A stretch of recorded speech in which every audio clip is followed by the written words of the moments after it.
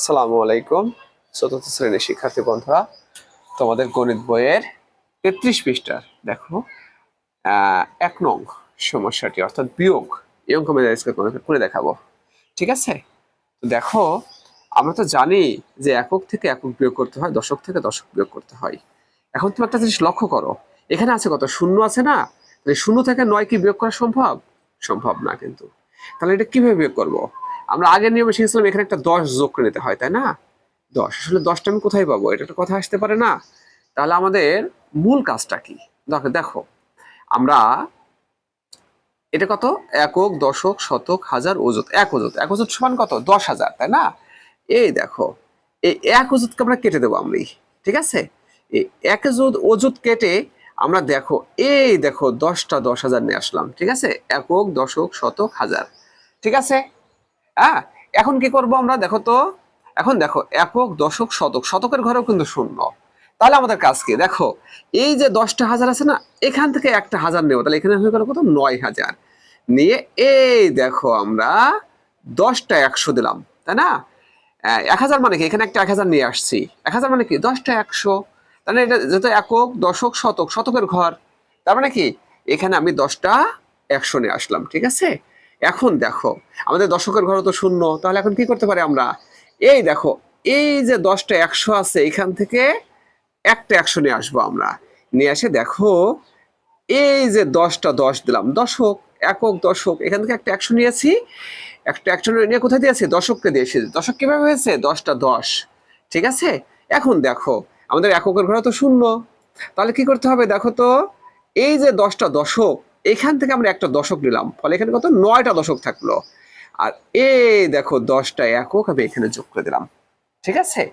এখন আমাদের অঙ্ক হবে, কারণ দেখো ১০টা একক থেকে ৯টা একক বাদ দাও, কত থাকবে? এই দেখো একটা একক থাকবে, তাই না? আবার দেখো ৯টা দশক থেকে ৯টা দশক বাদ দাও, কত থাকবে? শূন্যটা দশক থাকবে। তারপরে দেখো এই যে শতক, কয়টা শতক আছে? ৯টা শতক থেকে এখানে তো কিছু নেই, নেই মানে কি? শূন্য আছে, বাদ দিলে কত থাকে? ৯ই থাকে, ঠিক আছে? এখানে দেখো হাজারের ঘরেও ৯টা হাজার আছে, এই দেখো ৯টা হাজার, এখান থেকে এখানে তো কিছু নেই মানে শূন্য আছে, বাদ দিলে কত থাকে? ৯ থাকে। এই দেখো আমাদের বিয়োগের রহস্য, ঠিক আছে? কিভাবে আমরা বিয়োগ করি। এখন দেখো এখানে আরেকটা অঙ্ক আছে, নম্বর ২। এখানে কত? একক, দশক, শতক, হাজার, অযুত, লক্ষ। দেখো এখানে কিন্তু একই সমস্যা। হ্যাঁ, যে আমাদের এককের ঘরে শূন্য আছে, এখানে দশকেও শূন্য আছে, শতকেও শূন্য, হাজারেও শূন্য, অযুতেও শূন্য, কিন্তু এখানে ১,০০,০০০। তাহলে আমরা কি করতে পারি? এই একটা লক্ষরে আমরা কেটে নিলাম, নিয়ে কোথায় দিতে পারি? এই দেখো ১০ অযুত, তাই না? কারণ এক অযুতে ১০,০০০, তাহলে ১০ অযুতে কত হয়? ১,০০,০০০, ঠিক আছে? এখন দেখো এইখান থেকে আমরা কি করতে পারি? আমরা একক, দশক, শতক, হাজার, অযুত, দেখো একটা অযুত নেব, তাহলে কত হলো? ৯টা অযুত থাকলো এখানে।